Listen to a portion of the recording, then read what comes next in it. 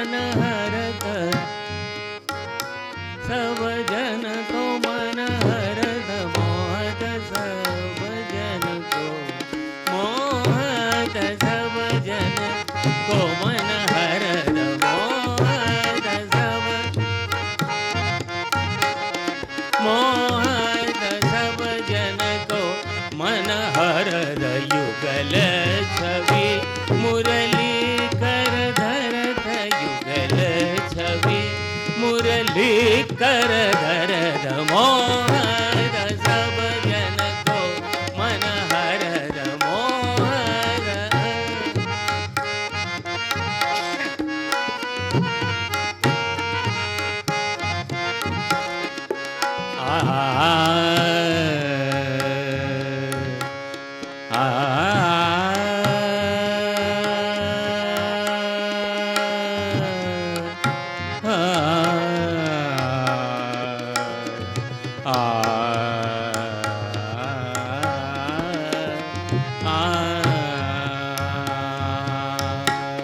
मोहत, सब जन को मन हरत, युगल छवि मुरली कर धरत मोहत, सब जन को मन हरत मोहत, सब जन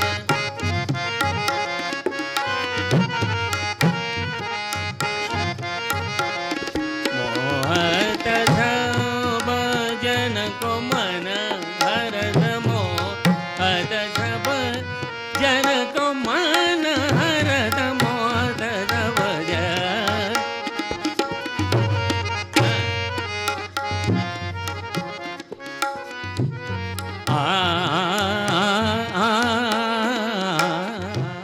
अशोक मिशन एजुकेशनल सोसाइटी के इस नाट्यशाला में यहाँ उपस्थित सभी सुधीजनों का हार्दिक अभिनंदन है। जो अग्रज हैं उनको चरण स्पर्श है, जो हम उम्र हैं उनको प्रणाम है, और जो छोटे हैं उनको आशीर्वाद है। I am 66 year old doctor major Arvind Kumar Singh. आज विश्व पर्यटन दिवस पूरी दुनिया में मनाया जा रहा है। हम बात की शुरुआत यहीं से करते हैं। इस विशेष तिथि का आखिर आज क्या मतलब है? दरअसल बहुत कम शब्दों में 27 सितंबर 1970 को संयुक्त राष्ट्र संघ के द्वारा विश्व पर्यटन का संविधान पारित किया गया, और तब से लेके प्रत्येक वर्ष 27 सितंबर को विश्व पर्यटन दिवस पूरी दुनिया में मनाया जाता है। मनाने का तरीका अलग अलग राष्ट्रों में अलग अलग है, लेकिन एक चीज जो कॉमन है पूरी दुनिया में वो ये है कि एक थीम दी जाती है और उस विषय के ऊपर चर्चा होती है। आप देख रहे होंगे आज भी एक थीम आपको दिख रहा होगा, पर्यटन एवं शांति। अब सुधीजनों, मेरे मन में तो कुछ और विचार आ रहा था कि अगर थोड़ा सा बदलते तो और आनंद आ जाता। पर्यटन को ऊपर कर देते, आनंद और शांति अगर रख देते आज का विषय, तो पर्यटन से आनंद मिलता है और असीम आनंद की गोद में जाने के बाद असीम शांति मिलती है। लेकिन फिर मुझे ऐसा लगा कि ये मैं नहीं कर सकता, क्योंकि ये थीम चलती है संयुक्त राष्ट्र संघ के द्वारा। आज की इस महफिल में बहुत ही दानिश्वर लोग यहाँ मौजूद हैं और सभी अपने फन के हरफन मौला हैं। बहुत जानकारियां लेकर यहाँ बैठे हुए लोग हैं। पूरे वाराणसी के बारे में अगर आपको जानकारी लेना है तो इससे बेहतर महफिल और कहाँ मिलेगी। ज़्यादा कुछ बात न कहते हुए हम चाहेंगे कि कार्यक्रम को जल्द से जल्द शुरू कराया जाए और इसके पहले कि हमारा ये आज का कार्यक्रम प्रारंभ हो, बहुत संक्षिप्त परिचय आपको आज यहाँ संपन्न होने वाले कार्यक्रम के संदर्भ में जानकारी देना चाहूँगा। दीप उत्सव ये कार्यक्रम संपन्न हो चुका है बगल के अशोक मिशन स्कूल के आंगन में। इसके बाद का कार्यक्रम शहनाई वादन का है और हमारे बीच ऐसी शख्सियत बैठे हुए हैं जनाब मैसर अली, जिन्होंने पूरे हिंदुस्तान में अपनी शहनाई का लोहा मनवाया है। और एक बड़ा दिलचस्प तथ्य आपके साथ जुड़ा हुआ है। आमूमन पिता पिता ही होता है, लेकिन जब पिता एक गुरु की भूमिका में आ जाए तो आप समझिए कि वो पुत्र किन ऊंचाइयों को स्पर्श करेगा, ये कल्पना तो पिता भी नहीं कर सकता। मैसर अली के पिता जनाब कौसर अली जी, उन्होंने बच्चे को पाला पोसा ही नहीं है, शहनाई का एक अद्भुत सूत्र इनको दिया है, जिस सूत्र को लेके पूरे हिंदुस्तान में ये शहनाई वादन कर रहे हैं। आपके साथ संगत पे और भी आपके साथी बैठे हुए हैं और इसमें आपके छोटे भाई रिजवान भी हैं। रिजवान परिचय तो देंगे आप हाथ उठा के, कैसे पता चलेगा कौन रिजवान है कौन मैसर अली है। साथ में सी पोर्ट के ऊपर शहनाई, यानी थोड़ा सा इंग्लिश शब्द आ रहा है, आसान कर दो हिंदी में। मुख्य शहनाई के साथ सहयोगी शहनाई के ऊपर दो व्यक्ति और बैठे हुए हैं और ये नाम है रिजवान का, रिजवान हैदर और राजेश। तो एक तालियां इनके हिस्से में और बहुत संक्षिप्त सी वो कार्रवाई जिसे हम औपचारिकता का नाम देते हैं। मैं सबसे पहले मंच के ऊपर श्री अजय सिंह को सादर आमंत्रित कर रहा हूं कि वो आएँ और जनाब मैसर अली को अंगवस्त्र, अजय सिंह, गलत प्रसारण के लिए क्षमा चाहूँगा, आप माल्यार्पण कर और अंगवस्त्रम दे के इस कार्यक्रम की आधारशिला रखें। साथ ही मैं श्री चिंटू मेहता जी को भी आमंत्रित कर रहा हूँ कि वो मंच पे आएँ, अंगवस्त्रम और माला।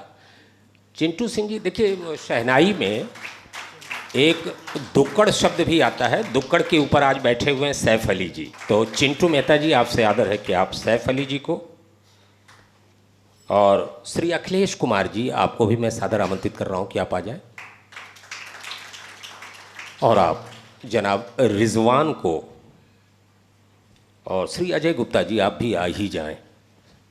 मैं समय चुराने का प्रयास कर रहा हूं, जो भी थोड़ा बहुत समय चुरा लूं, जिससे कि आप ज़्यादा से ज़्यादा शहनाई वादन सुन सकें। रिजवान और राजेश दोनों को ही शहनाई तो आपके लिए ही बजाएंगे, फिर आप ताली इनके लिए क्यों नहीं बजा रहे?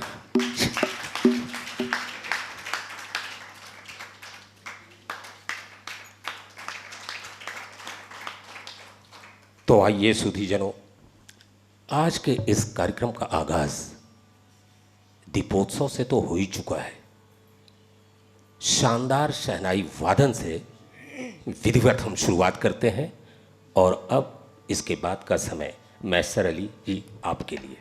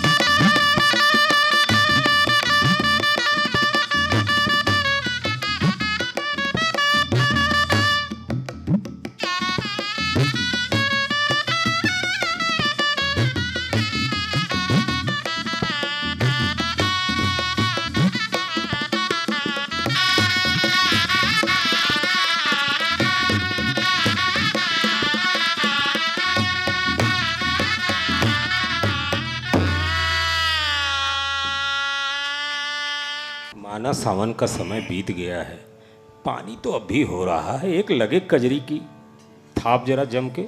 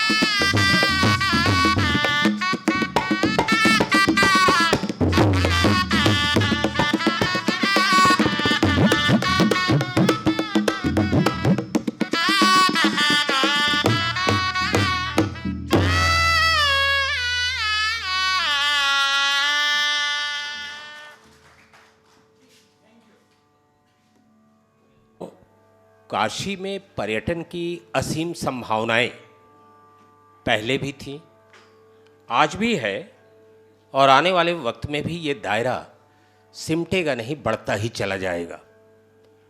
घाटों से लगाए अगर आप बढ़ें तो सारनाथ का एक पूरा का पूरा इलाका अपने तमाम ऐतिहासिक घटनाक्रम को लेके सैलानियों के आकर्षण का केंद्र है, और काशी के अंदर उसके ऊपर काफी वर्क किया गया है।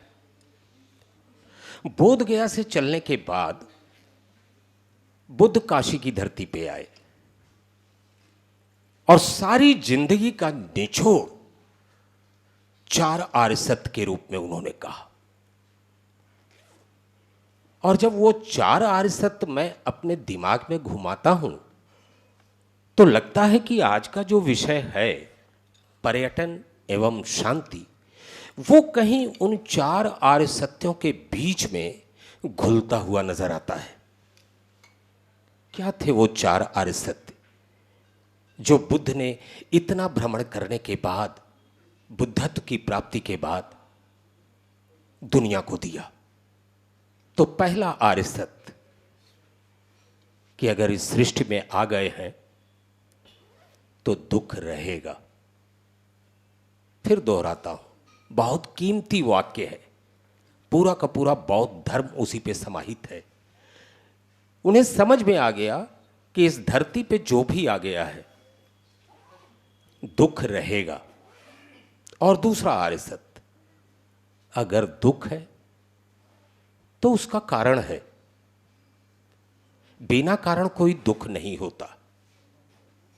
फिर तीसरा आर्य सत्य, अगर कारण है तो उसका निवारण भी है। कारण हटा दीजिए, निवारण हो जाएगा। और फिर यहां पे पूरा बौद्ध धर्म अपने उस पूरी परंपरा का बयान करता है कि वो निवारण क्या है।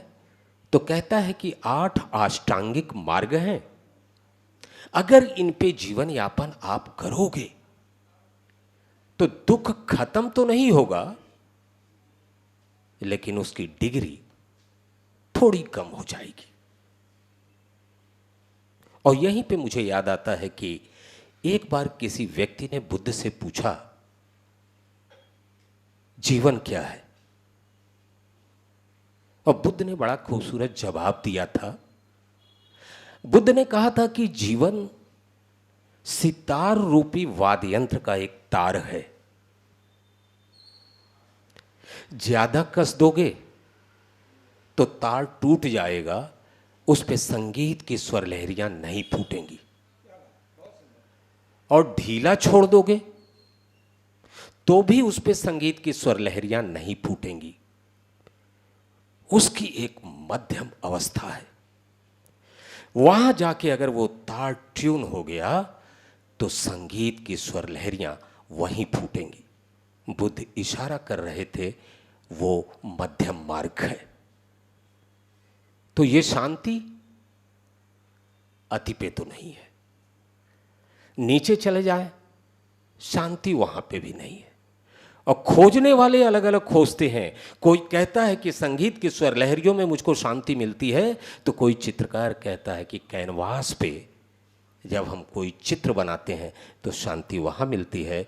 कोई कहता है कि बच्चों की किलकारी में मिलती है। लेकिन आइए, जिस व्यक्ति ने अपनी जिंदगी गाइड के रूप में खपा दी, और हर गाइड का एक सपना होता है कि मेरी फेहरिस्त में वो कौन से बेशकीमती नाम रूपी नगीने हैं जिनको मैं किसी को बता सकूं कि साहब मैंने इनको गाइड किया।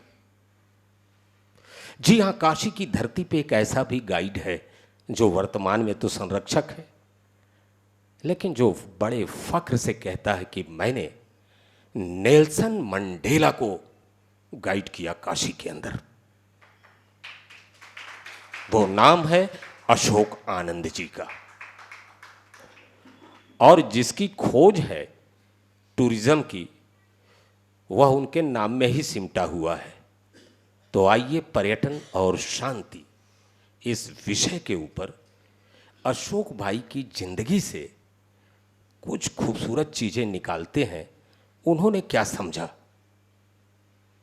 पर्यटन कैसे ले जाता है आनंद की तरफ, और वो आनंद कैसे ले जाता है शांति की तरफ। आइए अशोक भाई से सुनते हैं।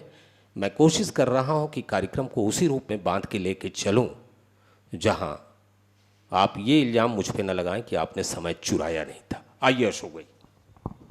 विगत वर्षों में एक से बढ़कर एक विषय मानव मात्र के हित के लिए WTO, आप समझ ही रहे हैं, वर्ल्ड टूरिज्म ऑर्गेनाइजेशन, मैड्रिड में जिसका मुख्यालय है, इस संगठन ने हमें एक थीम दिया, एक विषय दिया और एक नारा दिया। इस वर्ष का विषय पर्यटन और शांति। पर्यटन की भूमिका को कभी भी नकारा नहीं जा सकता। यदि हम मनुष्य मात्र के लिए योगदान की चर्चा करें तो ये खत्म ही नहीं होगा। क्या नहीं करता पर्यटन? जीवन के तमाम आयामों में आपस को जोड़ करके विश्व बंधुत्व की एक मजबूत पृष्ठभूमि तैयार करता है पर्यटन। दिलों की दूरियां मिटाता है, विश्व को एक धागे में पिरोकर मनुष्यता की एक खास परिभाषा गढ़ता है, एक अलग परिभाषा गढ़ता है पर्यटन। हम इस 27 सितंबर विश्व पर्यटन दिवस के इस महा उत्सव को संसार भर में मना रहे हैं। आज भी पर्यटन के रूप को, इसके भाव को, इसकी छवि को बहुतों द्वारा नज़रअंदाज किया जाता है। पर्यटन की क्षमता समरसता के पोषण की है। लोगों और राष्ट्रों के मेल मिलाप की पर्यटन एक कड़ी है। संयुक्त राष्ट्र के सेक्रेटरी जनरल एंटोनियो गुटेरेस का कहना है कि विश्व विघटित राष्ट्रों में पर्यटन ही शांति ला सकता है। पर्यटन किसी राष्ट्र के लिए धन लाने वाला माध्यम या यंत्र ही नहीं है, वरन आपसी समझ और शांति का एक सशक्त साधन, एक हथियार है। मनुष्यता पर संकट के बादल मंडरा रहे हैं। आप जानते ही हैं, यूक्रेन और रूस के युद्ध की विभीषिका तो हम सब ने देखी है। लेबनान और इजराइल की मिसाइलें आज दिन रात एक दूसरे पर कहर ढा रहे हैं। क्या इन्हीं सब के लिए मनुष्य ने वैज्ञानिक प्रगति की ऊंचाई छू ली है? हमने यह प्रगति मानवता के विकास के लिए की है या विनाश के लिए? तीसरे विश्व युद्ध की आहट से हमारे रोंगटे खड़े हो जाते हैं। हम सदियों से सभ्य होते कहाँ जा रहे हैं? हमारी भौतिक और आध्यात्मिक प्रगति क्या समानांतर है, या भौतिकता अध्यात्म का साथ छोड़कर अकेली चल पड़ा है? ये विचारणीय विषय है आज के दिन। रोटी, कपड़ा और मकान के बाद एक इंसान को क्या चाहिए? उसे चाहिए सुकून, शांति, सौहार्द, प्रेम, करुणा और मैत्री। वर्तमान समय में पर्यटन ही उत्प्रेरक का काम कर सकता है। किसी ने ठीक ही कहा है कि दायरे में सिमटकर क्या पाया, घर से निकला तो जहां पाया। हम अपनी ही माद में रहकर, अपने ढबरे में रहकर संकुचित होते जा रहे हैं, सिमटते जा रहे हैं। लेकिन जब हमें दुनिया पर नज़र डालते हैं हम, तो विभिन्न संस्कृतियों और सभ्यताओं से जुड़ते हैं, तो हमारी संकीर्णता छूमंतर हो जाती है। हमारी कनेक्टिविटी, संयोजकता, हमारा जुड़ाव हमें बड़ा बनाती है। हम दुनिया के लोगों से मिलकर उनकी संस्कृति, पृष्ठभूमि, इतिहास, भूगोल से परिचित होते हैं और एक दूसरे से बहुत कुछ सीखते हैं। जब हम किसी देश में जाते हैं तो वहाँ के जीवन को नज़दीक से अनुभव करते हैं। यह आपसी समझ और सहानुभूति को बढ़ाता है, जो शांति के लिए अनिवार्य है। ऐसे में लोग बाग अपने पूर्वाग्रहों से मुक्त होते हैं और रूढ़ियों को तोड़ते हैं। जब हम पर्यटकों को अपने देश आमंत्रित करते हैं, उनका स्वागत करते हैं, तो मात्र हम अपनी अर्थव्यवस्था को ही मजबूत नहीं करते, वरन विश्वास निर्माण और एकता के लिए नए रास्ते भी खोलते हैं। आप सब जानते ही हैं कि पर्यटन उद्योग जीडीपी का 10% से अधिक का हिस्सा बनाता है और हर 10 में से एक नौकरी परोसता है हम सबको। कई विकासशील देशों के लिए पर्यटन उसकी अर्थव्यवस्था को सुदृढ़ करने के लिए एक महत्वपूर्ण माध्यम है। जब पर्यटन फलता फूलता है तो आर्थिक विकास के दरवाजों को भी खोलता है, गरीबी और बेरोजगारी को कम करता है। समृद्धि शांति की जननी है। दुनिया में कई ऐसे देश हैं जैसे रवांडा, जैसे कंबोडिया। इन देशों में पर्यटन ने राष्ट्रीय पुनर्निर्माण में महत्वपूर्ण भूमिका निभाई है। पर्यटकों के लिए अपने दरवाजे खोलकर इन देशों ने अपनी अर्थव्यवस्था को पुनर्स्थापित किया है। पर्यटन न केवल जमीनी स्तर पर शांति को बढ़ावा देता है, बल्कि इनके देशों के बीच कूटनीतिज्ञ संबंधों में भी एक इसने भूमिका निभाई है। जब विभिन्न देशों के नागरिक एक दूसरे के साथ बातचीत करते हैं तो अपनी संस्कृतियों और देशों के अनौपचारिक राजदूत बन जाते हैं।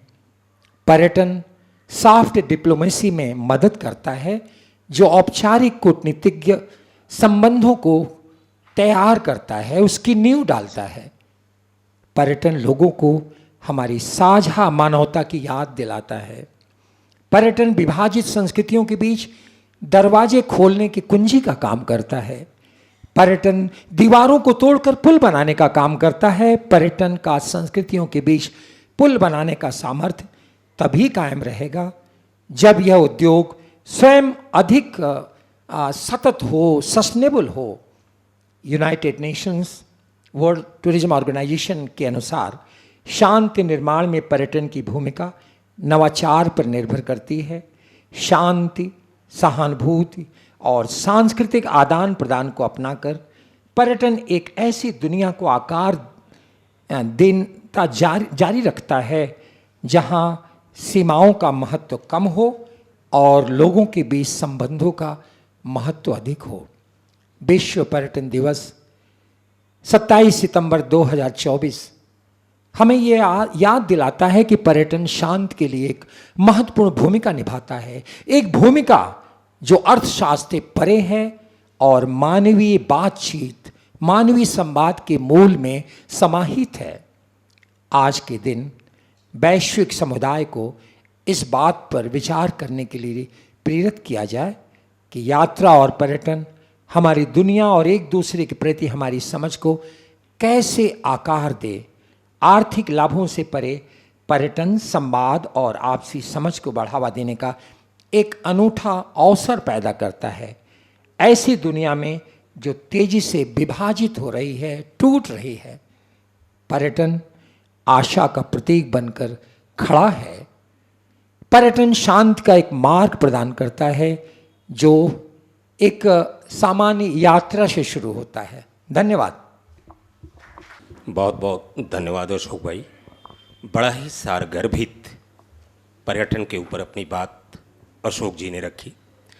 पर्यटन जहाँ पे जिज्ञासा का दरवाज़ा खोलता है, ज्ञान की अभिवृद्धि करता है, वहीं आर्थिक साम्राज्य का दरवाज़ा भी पर्यटन खोल देता है। किसी भी राष्ट्र के लिए आर्थिक सशक्तिकरण में पर्यटन एक बहुत ही महत्वपूर्ण रोल अदा करता है। सुधीजनों, इसके पहले कि हम कार्यक्रम को आगे लेके चले, एक छोटा सा निर्देश मेरे पास आया है और उसको पूर्ण करते हुए हम कार्यक्रम के अगले सोपान पे चलेंगे। हमारे बीच एक ऐसे संग तराश हैं जिन्होंने बहुत ही ज़बरदस्त कार्य संग तराशी के क्षेत्र में किया है। प्रसिद्ध मूर्तिकार बद्री प्रसाद जी ये लगभग 60 वर्षों से मूर्ति कला के क्षेत्र में मूर्तियों को गढ़ने का कार्य कर रहे हैं। और इसके पहले कि और कुछ मैं बताऊं, मैं चाहूँगा कि श्री बद्री प्रसाद जी पहले हमारे बीच आ जाएं।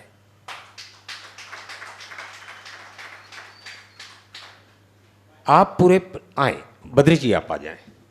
आज प्रदेश एवं राष्ट्रीय स्तर पे आप सम्मानित हुए हैं, पुरस्कृत हुए हैं।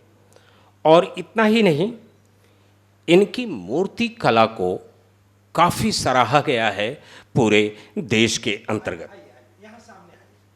और आपके इस हुनर की धमक सिर्फ देश में ही नहीं, देश के सीमाओं को पार कर डेनमार्क, जर्मनी, ऑस्ट्रेलिया के प्रसिद्ध और इस कला को वहाँ भी आपने पहुँचाया है और प्रतिष्ठित किया है। मैं ऐसे अपने हिंदुस्तान के यशस्वी मूर्तिकार बद्री जी को सम्मानित करने के लिए आमंत्रित कर रहा हूँ, श्री अनिल केसरी जी को, कि वो आए और आप अंग वस्त्रम के साथ इनका सम्मान करें। और विक्रम जी को भी आमंत्रित कर रहा हूँ कि आप साथ में आए, आप बद्री जी का माल्यार्पण करें। विक्रम जी।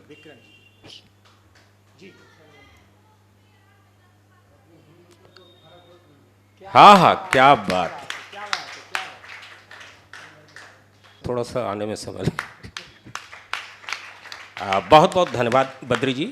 और साथ ही मैं मंच पे आमंत्रित कर रहा हूँ मदन विश्वकर्मा जी को, डॉक्टर मदन विश्वकर्मा जी को, श्री ओम प्रकाश पांडे जी को और श्री संगीत कुमार जी को। आप तीनों लोग आ जाएं मंच पे।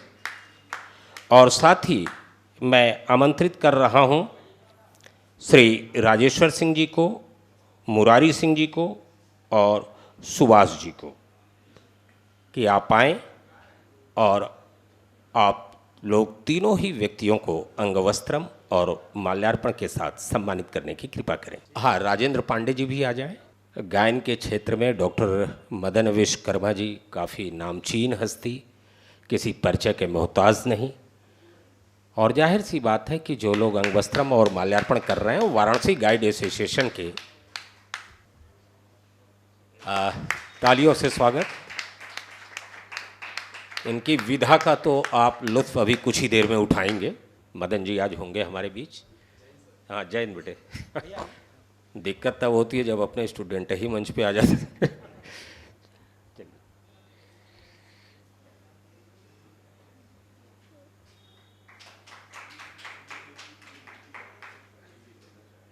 और डॉक्टर मदन विश्वकर्मा जी से सादर आग्रह करूंगा कि वो मंच पे स्थान ग्रहण करें। मैं आपकी जानकारी के लिए बता दूं कि गाइड एसोसिएशन की तरफ से यहाँ बहुत नामचीन हस्तियाँ हमारे बीच आज हैं, जिसमें प्रवीण मेहता अध्यक्ष राष्ट्रीय सरोवर मंच के हैं, अशोक वर्मा जी हैं अशोक मिशन से, डॉक्टर अजय सिंह राष्ट्रीय संयोजक TGFI से हैं, अखिलेश कुमार अध्यक्ष टूरिस्ट गाइड्स एसोसिएशन से हैं, अजय गुप्ता अध्यक्ष दीपिका कल्चरल सोसाइटी से हैं, राजेश्वर सिंह जी अध्यक्ष ATGA वाराणसी से हैं, सुभाष कपूर सुपर ट्रेवल्स, मदन गोपाल विश्वकर्मा, मुरारी सिंह, विक्रम मेहरोत्रा अध्यक्ष ITF, और साथ ही अनीता मौर्य, शोभना प्रधान जी, राजेंद्र पांडे जी और भी तमाम नाम जिनका मैं उल्लेख नहीं कर रहा हूं, लेकिन हृदय से उनको वंदन कर रहा हूं कि आप हमारे इस कार्यक्रम में आए हैं। साथ ही मैं देख रहा हूं मेरे छोटे भाई दिनेश नेगी एक ऐसी शख्सियत बैठे हुए हैं यहाँ पे इंटर काशी के, कि आने वाले 3-4 महीनों में काशी के अंदर सिर्फ और सिर्फ फुटबॉल होता हुआ दिखाई देगा। और इसके लिए वो कलकत्ता से आए हुए हैं और झंडा गाड़ के बैठे हुए हैं। कम से कम एक बार दिनेश अपना परिचय तो दे दो खड़ा होके। बहुत बड़े जोश खरोश से ये लोग लगे हुए हैं और ये लोग जल्द ही काशी में फुटबॉल। तो मैं डॉक्टर मदन विश्वकर्मा जी से आग्रह कर रहा हूँ कि वो मंच संभालें और बीच से मैं जल्द से जल्द हटूँ।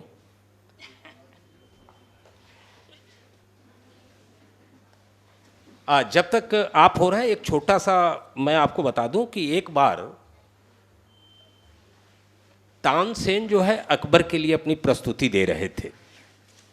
और आपको पता है अकबर संगीत के बड़े शौकीन थे, तानसेन बैठे हुए थे। इसी बीच पता नहीं क्या कुछ हुआ कि तानसेन ने एकाएक अपना गायन बंद कर दिया, और ये बात लोगों को बड़ी नागवार गुजरी कि ये गायन एकाएक बंद क्यों हो गया। अकबर ने पूछा कि तानसेन ऐसा क्या गुस्ताखी हो गई कि आपने गायन बंद कर दिया। बड़ी कमाल की बात कहा तानसेन ने, कहा हुजूर, जब आपका दरबार लगता है तो उस दरबार में कायदे से उपस्थित होने की जिम्मेदारी हम लोगों पे आयद होती है। ये हमारी संगीत की महफिल है और यहाँ अदब और कायदे से बैठने की जिम्मेदारी हुजूर आपकी है, और ये पालन अगर होगा तो गायन चलेगा, वरना जिस तरह से ये गायन रुका है ऐसे ही रुक जाएगा। गलती यही हुई थी कि अकबर बादशाह ने थोड़ा सा पैरों को दाएं बाएं किया था, और ये बात तानसेन को बड़ी नागवार गुजरी थी। आज भी गायन के क्षेत्र में तमाम प्रयोग किए जा रहे हैं, और आप खास करके देखेंगे कि भारतीय संगीत के अंतर्गत धीरे धीरे पाश्चात्य संगीत प्रवेश कर रहा है, और तमाम देश के अंदर ऐसी टुकड़ियां बन रही हैं जो दोनों का मिश्रण है। जिस प्रकार भाषा के अंदर अब एक भाषा चली है इंग्लिश, जिसमें हिंदी भी है इंग्लिश भी है, और दोनों मिला के उसे कहा जाता है इंग्लिश। मुझे याद है बनारस में एक तो अखबार भी इंग्लिश में छपना शुरू हो गया था, बाद में उसने छपाई बंद कर दी। तो इस तरह के अभिनव प्रयोग हो रहे हैं, लेकिन आज भी संगीत का कोई तोड़ नहीं है। उस व्यक्ति को याद कीजिए जिसने अपने संगीत पे सारी दुनिया को झुमवाया, लेकिन वो व्यक्ति आपको जान के आश्चर्य होगा दोनों कानों से बहरा था। सारी जिंदगी वो संगीत नहीं सुन सकता था, लेकिन दुनिया को अपने संगीत पे झुमाया, और ऐसे शख्स का नाम था बीथोवन। अपनी कविताओं में इंद्रधनुषी छटा बिखेर देने वाला अंग्रेजी का राइटर मिल्टन दोनों आंखों से अंधा था। अमेरिका के सत्ता पे व्हील चेयर पे बैठ के शासन करने वाला फ्रैंकलिन डी रूजवेल्ट दोनों पैरों से अपंग था। लेकिन इन तीनों के बीच एक ऐसी खासियत थी कि इनका आत्मविश्वास आकाश की ऊंचाइयों को स्पर्श करता था, और इन्होंने इतिहास रच के रख दिया। तो आइए, समय डॉक्टर मदन विश्वकर्मा जी का, और मैं यहीं से विराम लेता हूं। Thank you. जिस खूबसूरती और प्रभावशाली ढंग से हमारे डॉक्टर मेजर अरविंद कुमार सिंह जी ने सारे कलाकारों को आमंत्रित किया और प्रस्तुत किया, एक जोरदार ताली उनके लिए होनी चाहिए। बहुत सारे लोगों को तो पता ही है कि major doctor Arvind Kumar Singh ji Uday Pratap college में भूगोल पढ़ाते रहे, अवकाश प्राप्त किया है, और एनसीसी में मेजर का दायित्व तो बखूबी निभाया है। और इनके बहुत ही विशिष्ट कार्यों के नाते मिनिस्ट्री ऑफ डिफेंस ने 2 बार इन्हें सर्वश्रेष्ठ ऑफिसर के लिए 2 बार सम्मानित किया। ऐसे हैं मेजर डॉक्टर अरविंद कुमार सिंह जी। मैं चाहूँगा कि मैं अपने बड़े भाई डॉक्टर मदन गोपाल विश्वकर्मा का परिचय विस्तार से दूं, क्योंकि हम कलाकारों को घंटों सुनते हैं, लेकिन 3-4 मिनट उनके बारे में या उनका परिचय कहीं भारी पड़ जाता है। यह हमारी कृतज्ञता होगी कलाकार के लिए कि मैं इस बहुआयामी व्यक्तित्व को आपके समक्ष प्रस्तुत करूं। तालियों से स्वागत करें हम इन कलाकारों का।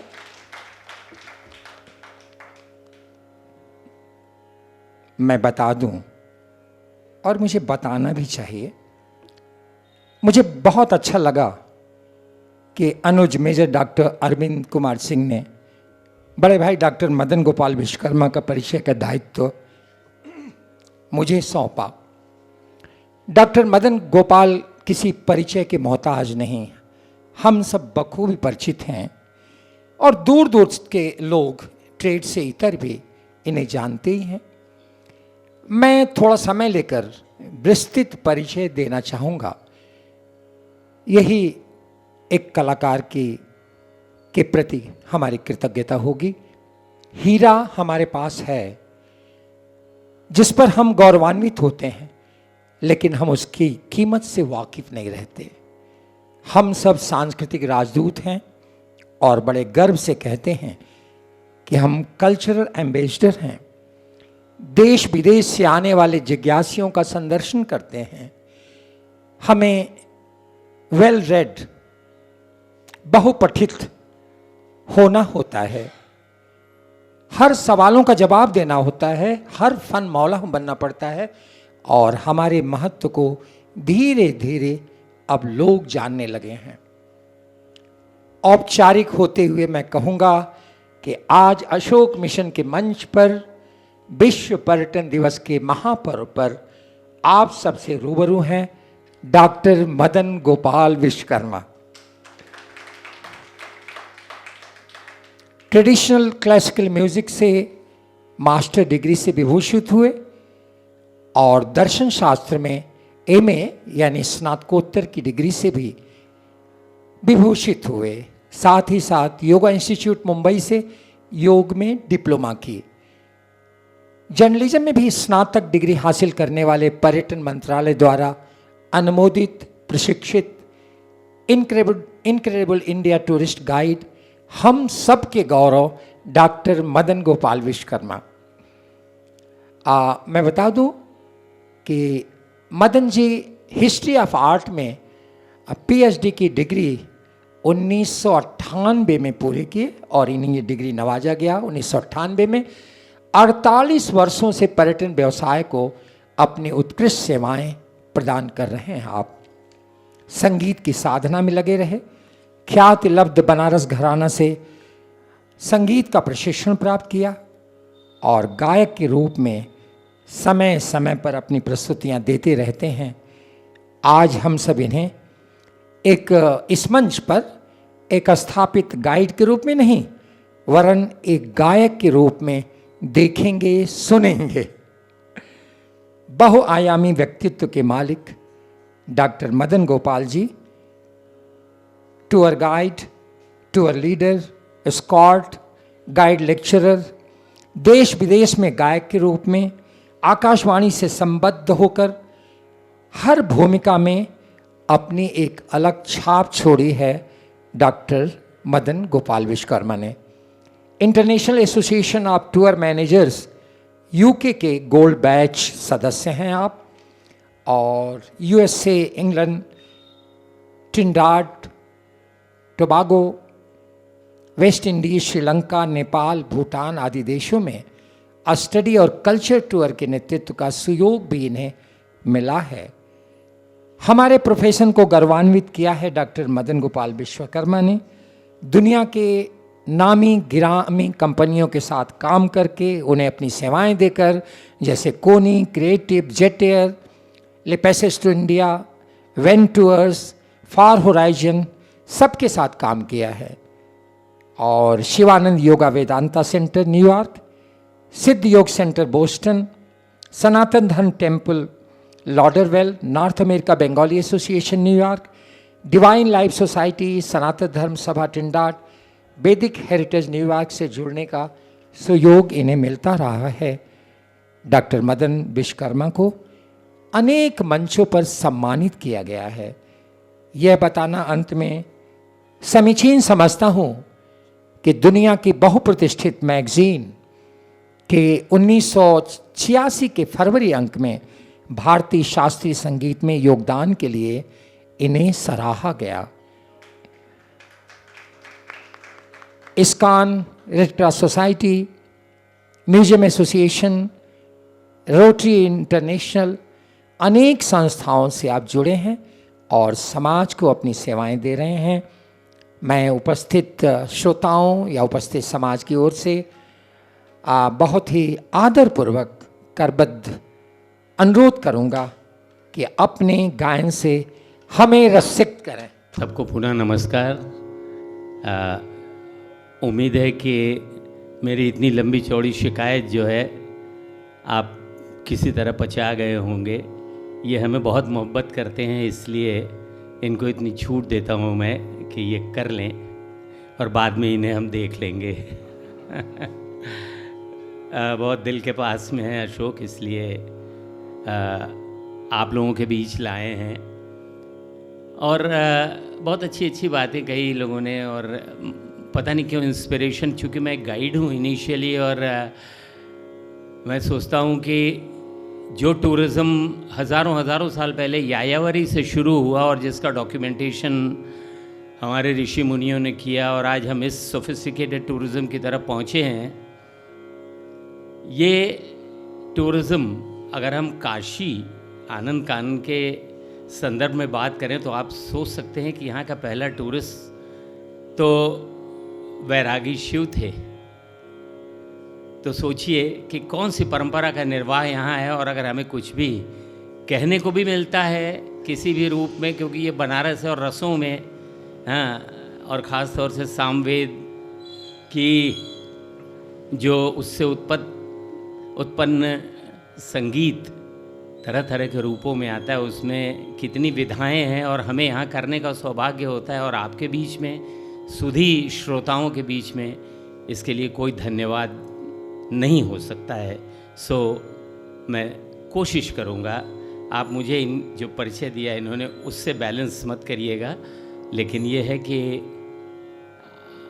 कुछ आज और कुछ फिर कभी। हमारे मोहब्बत से मैं पिंटू बोलता हूँ, संगीत नाम है आपका। ओम प्रकाश जी हमारे साथ में। मैंने एक सीमित समय में जो मुझे अलॉट किया गया है, मैं शुरू करूँगा सात्विक रूप में एक छोटा जैसा राग सुनाऊँगा आपको, और डेफिनेटली उसका तराना, उसका बंदिश और तराना सुनाऊंगा। फिर उसको हल्का करेंगे, एक छोटी सी ठुमरी सुनाएंगे। फिर हो सकता है एक भजन जो मेरे दिल को बहुत छूता है, और क्यों ये भी बताऊंगा। और फिर एक आध, अगर आप हमें आज्ञा देंगे तो गज़ल भी सुना देंगे और दिल भर जाएगा हमारा भी, और मेरी रात भी अच्छी हो जाएगी। धन्यवाद।